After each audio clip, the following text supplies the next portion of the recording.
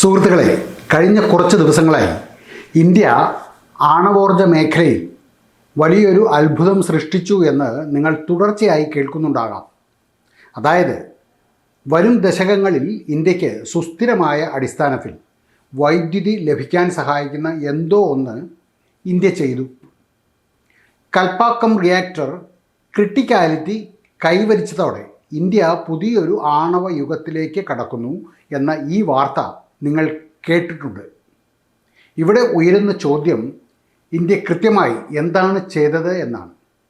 അതായത് അമേരിക്കയും ഫ്രാൻസും പോലുള്ള വലിയ രാജ്യങ്ങൾക്ക് പോലും ചെയ്യാൻ കഴിയാത്ത എന്ത് കാര്യമാണ് ഇന്ത്യ ചെയ്ത് കാണിച്ചത്? ഇതേക്കുറിച്ച് വളരെ ലളിതമായ ഭാഷയിൽ ഞാൻ നിങ്ങൾക്ക് വിശദീകരിച്ചു തരാം. നമ്മുടെ ജീവിതം മുന്നോട്ട് പോകണമെങ്കിൽ ഇന്ധനങ്ങൾ ആവശ്യമാണ്. ഈ ഇന്ധനങ്ങൾ കത്തിച്ച് ഊർജമുണ്ടാക്കുമ്പോഴാണ് നമ്മുടെ ജീവിതം മുന്നോട്ട് നീങ്ങുന്നത്. പെട്രോള്, ഡീസല്, കൽക്കരി, മണ്ണെണ്ണ, ഇങ്ങനെ നിരവധി ഇന്ധനങ്ങളുണ്ട്, നമുക്കറിയാം. ഈ ഇന്ധനങ്ങൾ കത്തുമ്പോൾ നമ്മൾ ഊർജം ഉൽപ്പാദിപ്പിക്കുന്നു. അങ്ങനെ വരുമ്പോൾ ഈ ഇന്ധനങ്ങൾ ഊർജമാക്കി മാറ്റിക്കഴിഞ്ഞാൽ പിന്നെ എന്താണ് മിച്ചം വരുന്നത്?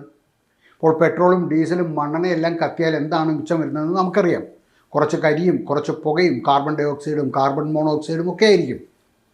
എന്നാൽ നമ്മൾ ഉപയോഗിക്കുന്ന ഇന്ധനങ്ങൾ അതിനേക്കാൾ ഏറെ ഇന്ധനം നമുക്ക് തരുമെങ്കിലോ? അത് സാധ്യമാകുമോ? തരും എന്നാണ് ഉത്തരം. സാധ്യമാകുമെന്നാണ് ഉത്തരം. എങ്ങനെയെന്നല്ലേ പറയാം. നമസ്കാരം. അജയ്സ് പ്രസിൻ്റെ പുതിയൊരു വീഡിയോയിലേക്ക് എല്ലാവർക്കും സ്വാഗതം. Welcome to Ajay's press. Here what we do is express. നമ്മുടെ മലയാള ദിനപത്രങ്ങൾ ഈ വാർത്ത കണ്ട മട്ടില്ല. പ്രധാനമന്ത്രി നരേന്ദ്രമോദി ഇതിനെക്കുറിച്ച് ഒരു ട്വീറ്റ് ചെയ്തിരുന്നു. ആ tweet, today India takes A defining step in its civil nuclear journey, advancing the second stage of its nuclear program. The indigenously designed and built prototype fast breeder reactor at Kalpakkam has attained criticality. This advanced reactor, capable of producing more fuel than it consumes, reflects the depth of our scientific capability and the strength of our engineering enterprise. It is a decisive step towards harnessing our vast thorium reserves in the third stage of the program. A proud moment for India. Congratulations to our scientists and engineers. ഇതായിരുന്നു പ്രധാനമന്ത്രിയുടെ tweet. ആദ്യത്തെ ചോദ്യം യഥാർത്ഥത്തിൽ എന്താണ് സംഭവിച്ചത് എന്നതാണ്. എന്താണ് വാർത്ത? നോക്കൂ, ഇന്ത്യ ഒരു പ്രോട്ടോടൈപ്പ് ഫാസ്റ്റ് ബ്രീഡർ റിയാക്ടർ നിർമ്മിച്ചിരുന്നു. ഈ ഫാസ്റ്റ് ബ്രീഡർ റിയാക്ടർ എന്നാൽ എന്താണ് എന്ന് ഞാൻ നിങ്ങൾക്ക് പറഞ്ഞു തരാം. അതായത് ഇതൊരു പ്രോട്ടോടൈപ്പാണ്.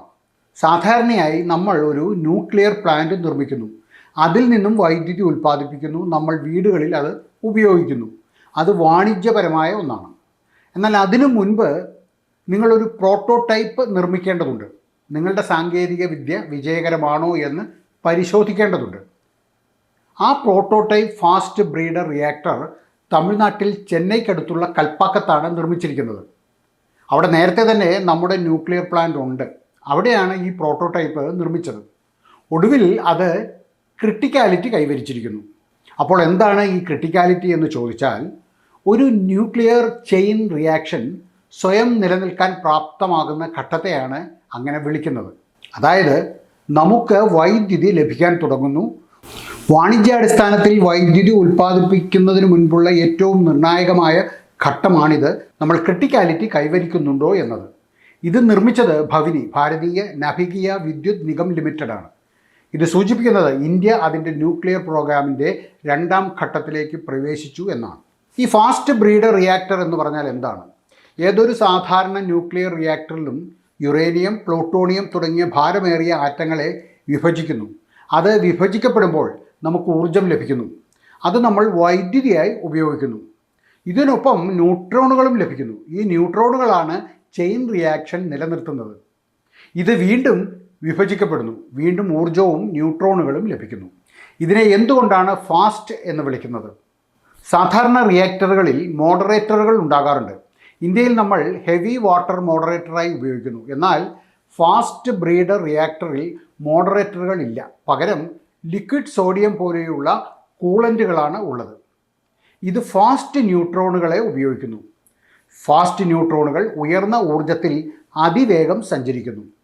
ഇതിൻ്റെ ഫലമായി അത് ഇന്ധനം ഉൽപ്പാദിപ്പിക്കുവാൻ തുടങ്ങുന്നു. അതായത് നമ്മൾ ഉപയോഗിക്കുന്നതിനേക്കാൾ കൂടുതൽ ഇന്ധനം ഇതിൽ നിന്ന് തന്നെ നമുക്ക് ലഭിക്കുന്നു. അതുകൊണ്ടാണ് ഇതിനെ ബ്രീഡർ എന്ന് വിളിക്കുന്നത്. ഫാസ്റ്റ് ബ്രീഡർ റിയാക്ടർ ഉപയോഗിക്കാൻ കഴിയാത്ത ഇന്ധനത്തെ നോൺ ഫിസൈൽ മെറ്റീരിയൽ ഉപയോഗിക്കാൻ കഴിയുന്ന ഇന്ധനമാക്കി, അതായത് ഫിസൈൽ ഫ്യൂവലാക്കി മാറ്റുന്നു. ഒരു ഉദാഹരണത്തിലൂടെ ഇത് വിശദീകരിക്കാം. യുറേനിയം 238 നമുക്ക് നേരിട്ട് ഉപയോഗിക്കാൻ കഴിയില്ല. അതിലേക്ക് ന്യൂട്രോണുകൾ നൽകുമ്പോൾ അത് ന്യൂട്രോണുകളെ ആഗിരണം ചെയ്യുകയും പ്ലൂട്ടോണിയം 239 ആയി മാറുകയും ചെയ്യുന്നു. ഇത് നമുക്ക് ഇന്ധനമായി ഉപയോഗിക്കാം. അപ്പോൾ റിയാക്ടർ അത് ഉപയോഗിക്കുന്നതിനേക്കാൾ കൂടുതൽ ഇന്ധനം ഉൽപ്പാദിപ്പിക്കുന്നു. അതുകൊണ്ടാണ് ഇതിനെ ബ്രീഡർ റിയാക്ടർ എന്ന് വിളിക്കുന്നത്. ഇന്ത്യ ക്ലോസ്ഡ് ന്യൂക്ലിയർ ഫ്യൂവൽ സൈക്കിളാണ് പിന്തുടരുന്നത്. ക്ലോസ്ഡ് എന്നും ഓപ്പൺ എന്നും ഉള്ള വ്യത്യാസം എന്താണെന്നാൽ, ക്ലോസ്ഡ് രീതിയിൽ അവശേഷിക്കുന്ന മാലിന്യങ്ങളെ വീണ്ടും സംസ്കരിച്ച് ഉപയോഗിക്കുന്നു. എന്നാൽ ഓപ്പൺ രീതിയിൽ മാലിന്യങ്ങൾ വെറുതെ കളയുന്നു. ക്ലോസ്ഡ് രീതി പിന്തുടരുന്നതിലൂടെ മാലിന്യം വളരെ കുറവായിരിക്കും, ഊർജ ഉൽപ്പാദനം പരമാവധി ആയിരിക്കുകയും ചെയ്യും. ഇന്ത്യയുടെ 3 stage nuclear program Homi Jehangir ഭാവെയാണ് വിഭാവനം ചെയ്തത്. എന്തുകൊണ്ടാണ് ഇന്ത്യ ഇത്തരമൊരു പദ്ധതി തയ്യാറാക്കിയത്? കാരണം ഇന്ത്യയിൽ യുറേനിയത്തിൻ്റെ അളവ് വളരെ കുറവാണ്. എന്നാൽ തോറിയത്തിൻ്റെ ശേഖരം ലോകത്ത് തന്നെ ഏറ്റവും കൂടുതലുള്ളത് ഇന്ത്യയിലാണ്. ഒഡീഷ, ആന്ധ്രാപ്രദേശ്, തമിഴ്നാട്, കേരളം തുടങ്ങിയ സംസ്ഥാനങ്ങളിലെ കടൽ തീരത്തെ മണലിൽ നിന്ന് തോറിയം ലഭിക്കുന്നു. തോറിയം നേരിട്ട് ഉപയോഗിക്കാൻ കഴിയില്ല എന്നതിനാലാണ് ഈ 3 ഘട്ടങ്ങളുള്ള പദ്ധതി തയ്യാറാക്കിയത്. ആദ്യഘട്ടത്തിൽ നമ്മൾ യുറേനിയം ഇറക്കുമതി ചെയ്ത് റിയാക്ടറുകളിൽ ഉപയോഗിക്കുന്നു. ഇതിൽ നിന്നും വൈദ്യുതിയും മാലിന്യമായി പ്ലൂട്ടോണിയവും ലഭിക്കുന്നു. രണ്ടാം ഘട്ടത്തിൽ കൽപ്പാക്കത്തെ റിയാക്ടർ ഈ പ്ലൂട്ടോണിയം ഉപയോഗിച്ച് തോറിയത്തെ ഇന്ധനമാക്കി മാറ്റുന്നു. മൂന്നാം ഘട്ടത്തിൽ ഇന്ത്യയിലുള്ള തോറിയം വലിയ തോതിൽ ഉപയോഗിച്ച് 100 കണക്കിന് വർഷത്തേക്ക് വൈദ്യുതി ഉൽപ്പാദിപ്പിക്കുവാൻ സാധിക്കുന്നു. ഇതിനെ ഒരു വലിയ കുതിച്ചുചാട്ടമായി, ഒരു ന്യൂക്ലിയർ ലീപ്പ് എന്നാണ് വിശേഷിപ്പിക്കുന്നത്. എന്തുകൊണ്ടാണ് എന്നാൽ, ഒന്നാമതായി ഇന്ത്യയുടെ യുറേനിയം ക്ഷാമത്തിന് ഇത് പരിഹാരമാകും. രണ്ടാമതായി ദീർഘകാലാടിസ്ഥാനത്തിൽ ഊർജ്ജ സുരക്ഷ ഉറപ്പാക്കുന്നു. മൂന്നാമതായി 2070 കാർബൺ വിമുക്തമാകാനുള്ള ഇന്ത്യയുടെ ലക്ഷ്യത്തിന് ഇത് കരുത്തു പകരും. കൂടാതെ ലോകത്ത് വാണിജ്യാടിസ്ഥാനത്തിൽ ഫാസ്റ്റ് ബ്രീഡർ റിയാക്ടറുകൾ ഉപയോഗിക്കുന്ന ഒരേ ഒരു രാജ്യം റഷ്യയാണ്. ഇപ്പോൾ ഇന്ത്യയും ആ നിരയിലേക്ക് ഉയർന്നിരിക്കുന്നു.